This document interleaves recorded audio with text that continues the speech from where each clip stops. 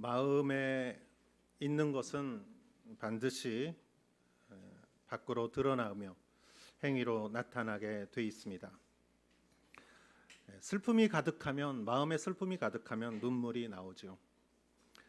또 기쁨이 가득하면 목소리가 높아집니다. 사랑의 마음이 있으면 사랑의 행위가 나오게 돼 있습니다. 그래서 어떻게 보면은 행위보다 중요한 것은 그 사람이 어떤 마음을 갖고 있느냐, 이것이 중요하지 않나 생각합니다. 오늘 우리가 읽은 성경 말씀은 빌립보서라는 성경 말씀인데, 이 빌립보의 교회가 어떻게 탄생했는지 사도행전이 잘 말해주고 있습니다. 우리가 사도행전을 한번 보면 바울의 2차 전도 여행 때 바울은 아시아에서 선교를 하려고 계획을 잡았고, 지도를 보여주시면은 1번이라고 쓰여 있는 그 장소에서 바울은 전도를 하려고 계획을 했습니다. 그러나 성령께서 그것을 막으셔서 2번 방향으로 이렇게 가게 됐습니다. 그래서 무시아라는 곳에 도착을 해서 그곳에서 다시 북쪽으로 이렇게 비두니아라는 곳 2번 방향으로 이제 갔다가 무시아에서 3번 방향으로 비두니아 쪽으로 가려고 했는데, 이번에는 예수의 영이 허락하지 않았다라고 성경에 나와 있습니다. 그래서 성령과 예수의 영은 같은 것이죠. 하나님의 마음은 이곳이 아니었던 것이죠. 그래서 바울은 왼쪽으로 이렇게 해안가로 가서 드로아라는 곳을 갑니다. 그리고 드로아라는 곳에서 바울이 유명한 환상을 보게 되죠. 바다 저쪽에 마케도니아, 유럽이죠. 드로아라는 곳은 이 동양의 제일 서쪽 끝이고, 이 바다를 건너면 이제 유럽인데, 바울의 그 계획 속에는 바다를 건너갈 생각이 없었는데, 환상 속에서 마케도니아 사람이 건너와 우리를 도우라, 이 환상을 보고 바울은 순종해서 정말 바다를 건너 유럽 땅을 밟게 되죠. 이것이 유럽의 기독교가 흥왕하게 된 계기가 되었습니다. 그리고 바울이 그 마케도니아 지방에서 제일 처음 교회를 세운 장소가 빌립보라는 곳입니다. 그곳에서 바울이 강가에서 예수님의 복음의 말씀을 전할 때 그 말씀을 유심히 듣던 사람이 한 명 있었습니다. 그분이 바로 자주장사 루디아였죠. 오늘날로 말하면은 아마 여사장님이었을 거예요. 사업을 하는 분이셨고, 이분은 그 복음의 말씀에 감동을 받아서 그 가족이 다 구원을 받습니다. 그리고 바울과 실라가 빌립보에서 전도를 하면서 악한 마귀 들린 어떤 여자 노예를 고쳐줬습니다. 그래서 귀신이 떠나갔는데, 그 여자 노예 아이는 그 악령으로 인해서 점을 치는 아이였어요. 그러니까 주인이 걔로 인해서 이제까지 돈을 많이 벌었는데, 귀신이 떠나니까 점을 칠 수가 없으니까 바울을 고소를 합니다. 그래서 바울이 얻어맞고 신라와 함께 감옥에 갇혔지만, 그들은 감옥에서 찬송을 불렀죠. 그리고 지진이 일어났습니다. 옥문이 열렸습니다. 그러나 그들은 도망하지 않았습니다. 간수가 그것을 보고 죄인들이 다 도망갔다고 생각하고, 어차피 자기는 책임을 지고 사형당할 게 뻔하니까 자살을 하려고 했는데 바울이 막았죠. 간수는 부들부들 떨면서 지금 자기 앞에 벌어진 일을 보면서 도무지 이것을 어떻게 해석하지 못하니까 부들부들 떨면서 간수가 이렇게 묻습니다. 내가 어떻게 해야 구원을 얻습니까? 내가 어떻게 해야 살아나겠습니까? 그럴 때 바울이 한 말이 유명한 말이죠. 주 예수를 믿으라. 그러하면 너와 내 가정이 구원을 얻으리라. 정말 간수는 바울을 데리고 집에 데리고 갔어요. 그래서 그 간수의 가족이 다 구원을 받았습니다. 루디아의 가족과 간수의 가족, 이렇게 시작한 교회는 점점 성장을 했을 것입니다. 이것이 빌립보 교회이고, 바울에게 있어서는 이 빌립보 교회가 굉장히 애착이 있었던 교회였을 거예요. 그리고 바울은 2차 전도여행을 마치고 3차 전도여행을 하면서 바울은 계속 전도를 하게 되고, 몇 년 후에 오랜 시간이 지난 이후에 정확하게는 모르지만 바울이 다시 어딘가에 감옥에 갇히게 됩니다. 그리고 그는 그 감옥 안에서 다시 편지를 씁니다. 빌립보 교인들을 향해서 편지를 쓴 그 편지가 오늘 우리가 읽은 빌립보서가 되겠습니다. 바울은 여기서 말합니다. 내 안에 사는 이는 그리스도니 죽는 것도 유익함이라.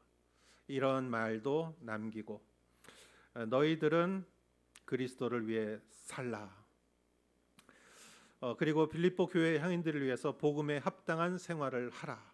무엇도 두려워하지 말고 굳건히 서서 달려나가라. 이러한 권면의 말씀을 한 이후에 오늘 성경의 본문이 이제 나오는 것입니다. 그래서 1절 말씀 한번 읽어보도록 하겠습니다. 그러므로 그리스도 안에 무슨 격려나 사랑의 무슨 위로나 성령의 무슨 교제나 무슨 자비와 긍휼이 있거든. 아멘. 그러므로라는 말이 나오면 항상 이전에 있던 말이 원인이 된다라는 뜻이죠. 바울은 이전에 한 말이 있습니다. 믿음에 합당한 생활을 하고 고난 가운데에서도 믿음의 싸움을 싸워라. 이러한 말을 하면서 그러므로라고 말합니다. 너희들에게 고난이 있을 것이다. 포기하지 말고 생명을 바쳐서 믿음으로 믿음 생활을 해라. 믿음의 선한 싸움을 싸워라. 그러므로라는 것이에요. 그리스도 안에 무슨 격려나 사랑의 위로, 성령의 교제, 자비와 긍휼 이런 것이 드러날 것이다. 이것은 무엇을 말하느냐? 어려움 속에 있으면 어려움 속에 있기 때문에 얻을 수 있는 뭔가 있다는 것이에요. 평상시에 그냥 평안한 때에는 느끼지 못하지만 어려움과 고난이 있기 때문에 얻을 수 있는 것이 있다라는 것이죠. 저도 20세 정도에 군대에 갔습니다. 자유롭게 살다가 군대에 가니까 참 힘들었어요. 정신적으로, 육체적으로. 군대 갔다 오신 분들은 다 아실 겁니다. 바쁜 일정 가운데 체력적으로 힘들고 고생도 해보고. 그런데 거기 안에서 군대가 아니면은 느낄 수 없는 그런 것이 있더라고요. 그거는 바로 전우애였습니다. 전우애. 같이 고생하는 사람들끼리의 우애. 그래서 밤에 정말 배가 고팠는데 누가 이렇게 건빵을 나눠주기도 하고 자기한테도 소중한 건데 저한테 나눠주기도 하고 6.25 훈련을 하는데 산을 뛰어넘는 훈련을 하는데 제가 무릎이 아팠어요. 근데 배낭을 메고 큰 총을 들고 뛰어야 되는데 제가 무릎이 아프니까 제 전우가 제 배낭을 대신 들어줬어요. 그 친구는 배낭을 2개를 들고 뛴 거예요. 힘든 과정에서. 이것은 군대였기 때문에 경험할 수 있는 것이죠. 여러분 오늘 바울이 말한 이 말씀은 그리스도 안에서 고난이 있고 그 선한 믿음의 싸움을 싸우기 때문에 그 안에서 얻을 수 있는 것이다라는 것이에요. 그리스도 안에 격려, 사랑의 위로, 성령의 교제, 자비와 긍휼, 그 어려움 속에서 이런 것이 있다라는 것이죠. 우리가 그리스도를 향하여 헌신하기 때문에 이번에도 올해도 우리가 콩고 민주공화국으로 아우리츠를 가지만 작년에도 제가 갔습니다. 그래서 거기서 일하시는 선교사님의 그 교회를 방문하면서 그 교회의 성도님의 가정을 방문했어요. 가정을. 여러분 가운데 아프리카 가정을 방문해 보신 분 계십니까? 저는 해봤습니다. 정말 가난하신 분들은 정말 가난하시더라고요. 어떻게 여기서 살 수 있을까? 그렇게 눈물이 날 정도로 가난한 분도 계셨습니다. 어느 추장이었던 분의 집을 방문했습니다. 그래서 그 마당에서 의자를 놓고 얘기를 하면서 기도하고 그리고 가려고 하는데 그분이 선물을 주셨는데 계란 한 판을 주셨어요. 선교사님이 놀라시더라고요. 이거는 이분들이 1년에 한 번 먹을까 하는 정도의 선물입니다. 그래서 계란 한 판을 받았습니다.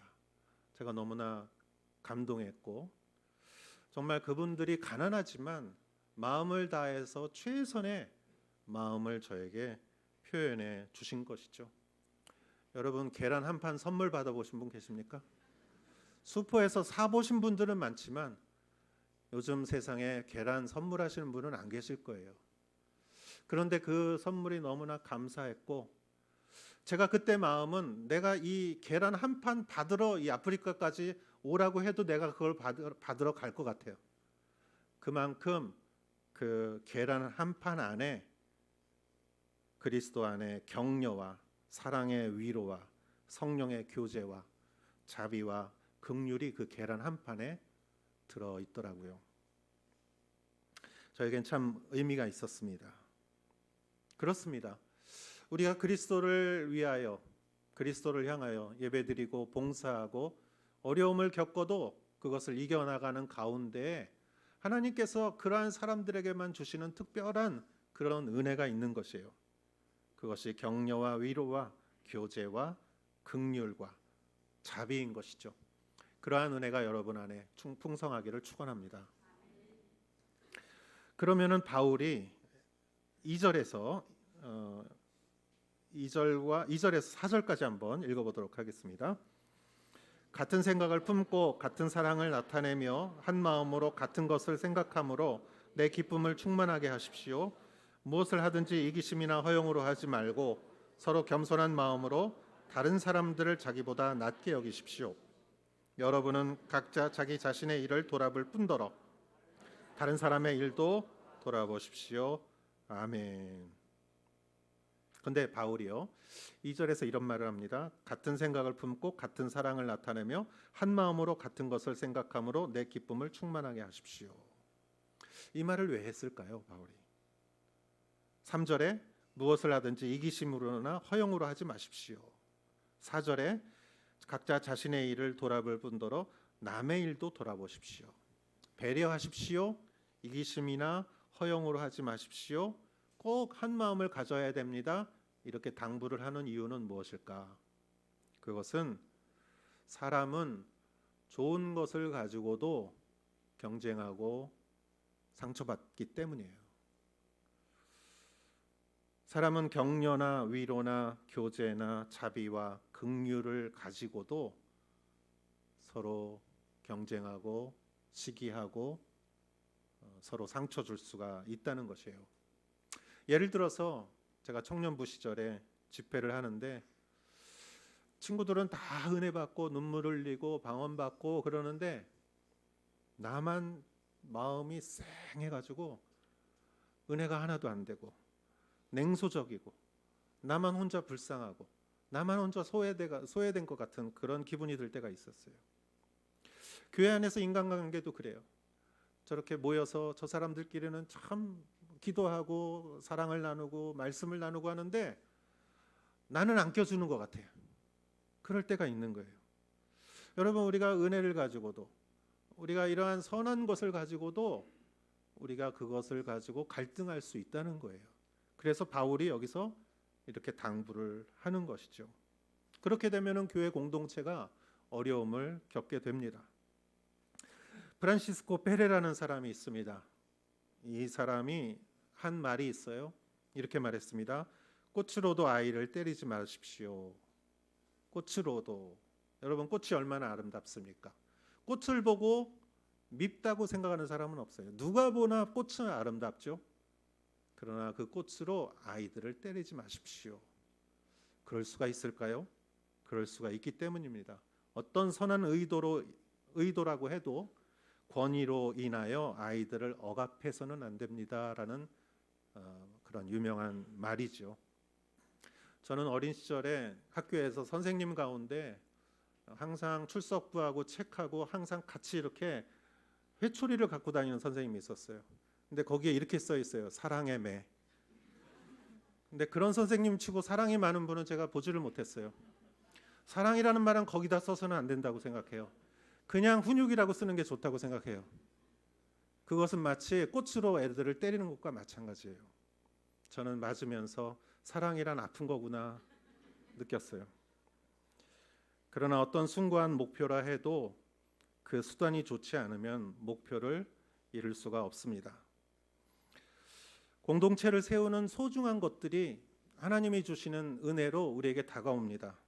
격려와 위로와 교제와 긍휼. 그러나 이것이 아무리 좋은 것이라 할지라도 그것을 다루는 인간의 마음속에 이기심과 허영과 경쟁심과 자기 연민과 욕심과 자기중심이 가득 차 있다면 그것은 또 하나의 경쟁을 하게 되는, 분란을 일으키는 그런 도구가 될 수 있다는 것이죠. 그래서 바울은 말합니다. 2절에 같은 생각, 같은 사랑, 한 마음, 동일한 말이죠. 같은 생각을 하십시오. 같은 사랑을 나타내십시오. 한 마음으로 같은 것을 생각하십시오. 바울이 이렇게 강조하는 이유는 여기 있는 것이죠. 이기심과 허영과 교만한 마음으로 하지 말고 자기 중심을 버리고 겸손함으로, 배려함으로 그것을, 좋은 것을 다루어야 그것이 공동체에 덕을 끼친다라는 것입니다. 그러면서 지금까지 한 말을 더 간단하게 이렇게 말해줍니다. 더 간단하게 5절 말씀 읽어보겠습니다. 여러분 안에 이 마음을 품으십시오. 이것은 그리스도 예수 안에 있던 마음이기도 합니다. 아멘. 그러니까 바울이 이제까지 얘기는 했지만 한마디로 말해서 이거 해서는 안 되고 이거 해야 되고 이렇게 생각하면 복잡하니까 그냥 예수님의 마음을 품으라 이거예요. 예수님 안에 있던 마음을 여러분도 품으십시오. 그러면 다 이루어집니다. 그러면 괜찮습니다라는 것이에요. 예수님의 마음, 예수님의 마음을 품으시는 여러분 되시기를 축원합니다. 그렇다면 예수님의 마음은 어떤 마음일까? 구체적으로 그것을 설명해주고 있습니다. 예수님의 마음을 구체적으로 설명하기 전에 제가 한 가지 예화를 좀 이렇게 들었는데 이런 글을 제가 읽은 적이 있어요. 교통 질서를 안 지키는 두 종류의 차가 있다고 합니다.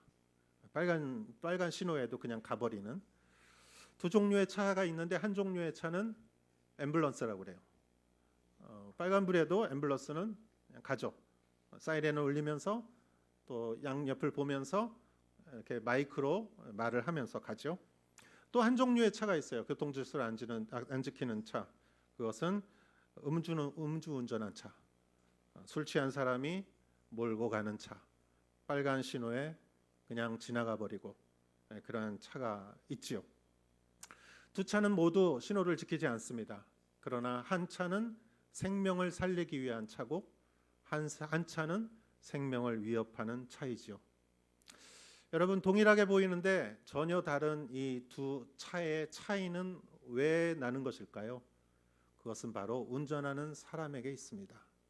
한 사람은 사람을 살리기 위해 운전하는 사람이 구급차를 운전하는 것이고, 한 차는 무책임하게 다른 사람에게 큰 피해를 줄 가능성이 있음에도 불구하고 그것을 무시하고 운전하는 운전자의 차이지요. 여러분의 인간의 마음은 차를 운전하는 운전사와 같습니다. 여러분의 인생이 앰뷸런스가 되어서 다른 사람의 생명을 구하느냐, 우리들의 인생이 음주운전을 해서 남에게 큰 피해를 끼치느냐는 내 안에 운전자가 그것을 결정하는데, 바로 운전자는 바로 마음이라는 것입니다. 어떤 마음을 품느냐에 따라서 그 사람이 생명을 살릴 수 있는 것이고, 어떤 마음을 품느냐에 따라서 그 사람이 남에게 피해를 끼치고 공동체를 어렵게 할 수 있다는 것이죠. 그리스도의 마음을 품는 자는 그리스도와 같은 그러한 공동체를 살리는 역할을 하고, 이기심과 허영과 자기 중심의 마음을 가지고 운전을 하면 그것이 공동체를 어렵게 할 수 있는 것이죠. 여러분은 예수님의 마음을 내 운전자로 삼는 여러분 되시기를 축원합니다. 그렇다면 6절에서 8절까지의 말씀을 보도록 하겠습니다. 시작. 그분은 본래 하나님의 본체셨으나 하나님과 동등됨을 기득권으로 여기지 않으시고 오히려 자신을 비워 종의 형체를 가져 사람의 모양이 되셨습니다. 그리고 그분은 자신을 낮추어 죽기까지 순종하셨으니 그 십자가에 달려 죽으신 것입니다. 아멘. 그분은 본래 하나님의 본체셨다. 그렇습니다. 예수님은 하나님의 본체셨습니다. 요한복음 1장에 보면은 태초에 말씀이 계셨습니다. 태초에 예수님이 계셨습니다라는 뜻이에요. 그 말씀은 하나님과 함께 계셨고 예수님은 하나님과 함께 계셨고 예수님은 하나님이셨습니다. 그분은 하나님과 함께 하셨으며 그분을 통해 지음받지 않은 것은 아무것도 없습니다. 예수님은 창조주였습니다. 예수님은 하나님과 동등한 분이며 하나님이며 예수님은 창조주입니다. 이것이 예수님의 본래 하나님의 본체였다라는 말이죠. 그런데 중요한 것은 예수님의 마음이에요. 예수님은 하나님과 동등됨을 기득권으로 여기지 않았다. 이게 예수님의 마음이에요. 나는 하나님인데 하나님과 동등됨을 내 권리다라고 이렇게 마음 먹지 않았다는 거예요. 여러분, 마음은 참 무서운 거예요. 사실 마음 먹기에 달렸어요. 마음을 먹지 못하면 어려운데 마음을 먹으면 아무것도 아니에요. 그런 것이 얼마나 많습니까? 마음을 먹지 못하면 이것들이 나를 어떻게 보는 거야? 라고 마음이 드는 거예요. 마음이 어려워져요. 그런데 내가 그것을 기득권으로 여기지 않으면 아무렇지도 않은 거예요. 저도 요즘 이렇게 초등학생들, 중학생들한테 다가가기가 쉽지가 않아요. 어른들은 저를 이렇게 대접을 잘 해주세요. 감사해요. 근데 초등학생들한테 가면은 저를 쳐다보지도 않아요. 그러면은 좀 가까이 가기가 쉽지 않아요. 그런데 그냥 내가 그냥 우리 애들이다라고 생각하고 가면은 그냥 아무렇지도 않아요. 그런데 내가 목사다라고 가면은 쉽지가 않은 거예요. 내가 선생님이다라고 하고 가면은 쉽지가 않은 거죠. 여러분, 종이 되려고 마음 먹으면은 순종하는 건 쉬워요. 아내가 남편에게, 남편이 아내에게 서로 섬긴다고 생각하면은 아무 문제가 안 돼요. 그런데 그 생각이 없으면 참 힘들어요. 저녁 때 가끔 제가 설거지할 때가 있어요. 죄송합니다. 누구한테 죄송하냐? 여기 계신 남성들한테. 그런데 내가 이거 왜 해? 그런 마음이 들면은 그냥 던져버리고 싶어요. 옛날에 제가 목회하는 교회에 어떤 여성 성도님이 얘기해 주시는데 아침에 남편 구두 닦다가 남편이 괘씸한 거예요. 구두를 던져버렸대요. 어떻게 출근했는지 모르겠어요. 여러분, 종이 되려는 마음이 있으면은 아무렇지 않습니다. 순종하는 것은 쉽습니다. 예수님은 자기 자신을 낮추어 순종하셨고 십자가에 달릴 때까지 순종하셨습니다. 하영조 목사님이 자주 이런 말씀을 하셨습니다. 사람은 대개 손해보지 않을 때까지만 도와줍니다. 자존심이 견딜 때까지만 겸손합니다. 돌이킬 수 있을 때까지만 순종합니다. 그러나 오늘 말씀에 예수님께서는 자기를 낮춰 순종하셨는데 십자가에 달려 죽으실 때까지. 여러분 한번 생각해 보세요. 상상해 보세요. 예수님이 여러분한테 앞으로 가라고 하셨는데 그때는 갈 수 있어요. 근데 가라고 하셨는데 앞에 낭떠러지가 있어요. 그럼 가겠습니까? 예수님이 멈추라고 안 하셨어요. 그냥 가라고 하세요. 계속. 근데 낭떠러지가 있어요. 예수님은 십자가가 앞에 있을 때, 낭떠러지와 같은 십자가가 있을 때 예수님은 그냥 그 길을 가셨습니다. 끝까지 순종하셨습니다. 그렇기 때문에 예수님의 사랑은 진짜이지요. 어떻게 그렇게 할 수 있을까요? 마음을 정했기 때문이에요. 마음을 정했기 때문에. 사람은 마음을 정한 데까지 갈 수 있는 것 같아요. 내가 마음을 정하면 수 있습니다. 지난주는 온누리교회를 개척하셨던 하용조 목사님의 추모 기간이었습니다. 하 목사님은 8월 2일 날 소천하셨습니다. 주일날 설교를 마치시고 월요일 날 저녁 때 뇌출혈로 소천을 하셨습니다. 19년 전 오사카 온누리교회가 세워진 지 얼마 안 되고 제가 부임한 지 얼마 안 되고 교회가 아주 어려울 때 하용조 목사님은 오사카에 자주 오셨습니다. 제가 기억하기로는 10번 이상 오신 것 같아요. 그런데 그 기간이 딱 목사님이 간암으로 수술받을 때였습니다. 목사님은 간암으로 인해서 몇 번을 수술을 받으셨어요. 그런데 그때 목사님 오신 시간은 수술받기 며칠 전에 오셨고, 수술받고 며칠 후에 오셨고, 또 재수술 받기 며칠 전에 오시고, 또 수술받고 그리고 얼마 후에 오셨습니다. 그리스도의 피값으로 세워진 교회를 위하여 선을 정하지 않으셨고 절벽의 앞에 있다 할지라도 목사님은 앞으로 전진하셨습니다. 제가 목사님에게 자주 이렇게 말씀했습니다. 목사님은 오늘 좀 쉬셔야 되는 거 아닙니까? 좀 쉬세요. 목사님은 그때마다 저에게 이렇게 말씀하셨습니다. 아니야, 이게 쉬는 거야. 근데 그때 목사님의 얼굴은 너무나 행복해 보이셨어요. 한치도 저주함 없이, 주저함 없이 목사님은 주님의 일을 하셨습니다. 멈출 수도 있었고 포기할 수도 있었고 그만둘 수도 있었는데 목사님은 그렇게 하지 않으셨습니다. 그리고 주님을 섬겼고 저는 목사님 곁에서 그분이 얼마나 주님과 교회를 사랑하는지 느낄 수 있었습니다. 왜 그렇게 할 수 있죠? 마음을 정했기 때문입니다. 그리스도도 우리에게 신앙의 모범이 된 모든 선배들도 이미 마음을 정하고 자신을 비우고 낮아지고 순종하고 앞으로 전진했기 때문이죠.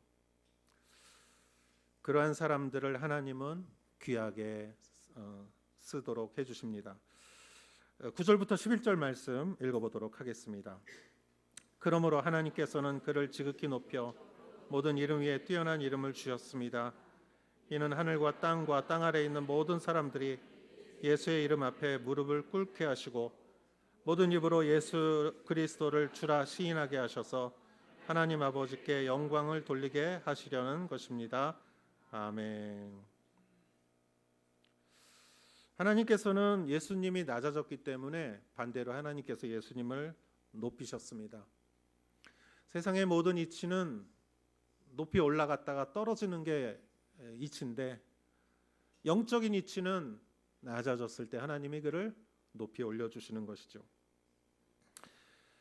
하나님은 그를 어디까지 높여주셨느냐? 지극히 높여 모든 이름 위에 뛰어난 이름을 주셨다.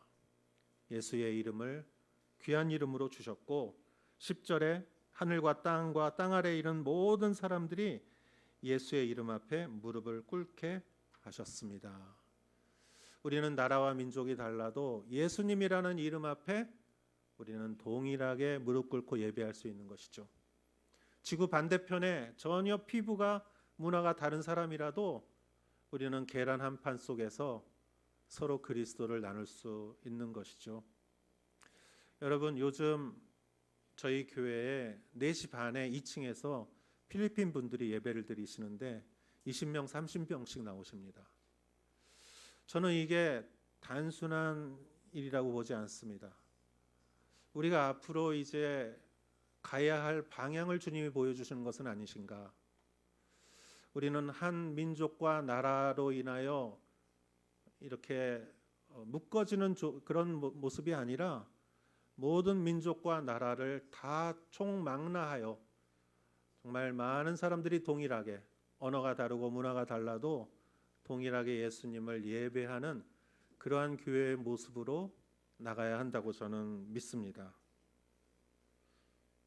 예수님의 이름으로 우리는 놀랍게도 하나가 될 수 있습니다.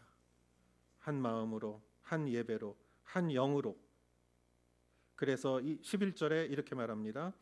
모든 입으로 예수 그리스도를 주라 시인하게 하셔서 하나님 아버지께 영광을 돌리게 하시려는 것입니다.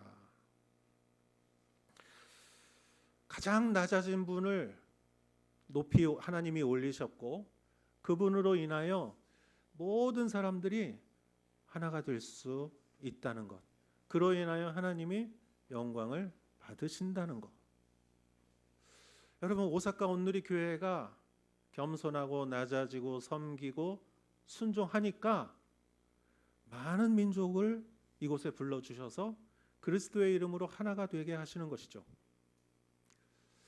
그것은 우리가 그리스도의 마음을 품기 때문에 가능한 것이죠. 저는 오사카 온누리 교회 성도님들을 참 사랑합니다. 왜냐하면 성숙한 성도님들이 많으시기 때문이에요. 말없이 섬기시고 낮아지시고 순종하시고 봉사하시고 기도해 주시는 분의 그 저력이, 다른 말로 하면 그 내공이, 영적인 내공이 있기 때문에 우리가 이러한 일을 감당할 수 있는 것이죠. 콩고 아우리치를 우리가 어떻게 갈 수 있겠습니까? 그러한 힘이 우리 안에 축적되어 있기 때문에 우리가 그러한 일을 할 수 있는 것이죠. 여러분, 예수 그리스도의 마음을 품는 분들이 저는 여기 교회에 많이 계시다고 믿습니다. 그분들이 잘 드러나지 않는 것 같지만 그분들이 계심으로 인하여 교회는 일치되고 우리가 그리스도 안에서 격려와 사랑의 위로와 성령의 교제와 자비와 긍휼이 있고 우리가 그것을 선용할 수 있는 한 마음을 가질 수 있는 그런 그리스도의 마음을 가진 분들이 계시기 때문에 저희 교회는 소망이 있다고 저는 믿습니다. 오늘 말씀을 통해서 그리스도의 마음을 품는 여러분 되시기를 주의 이름으로 축원합니다. 기도하겠습니다.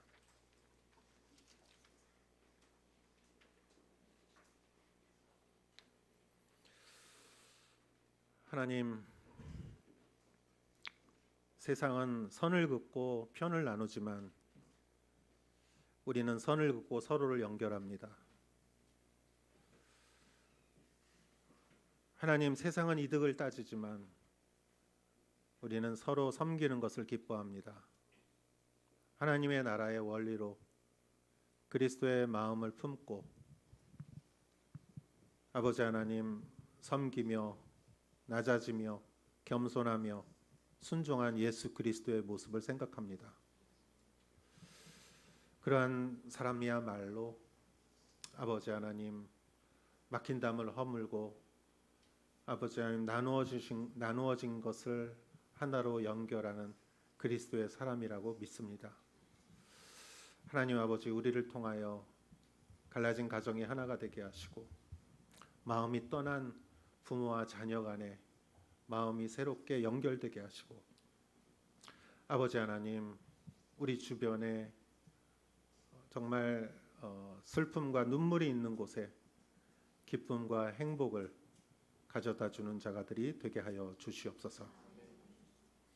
그리스도의 마음을 품는 자가 되게 하시고 그로 인하여 그리스도의 일치와 그리스도의 능력을 열매 맺는 자들이 되게 하여 주시옵소서. 예수님의 이름으로 기도하였사옵나이다. 아멘.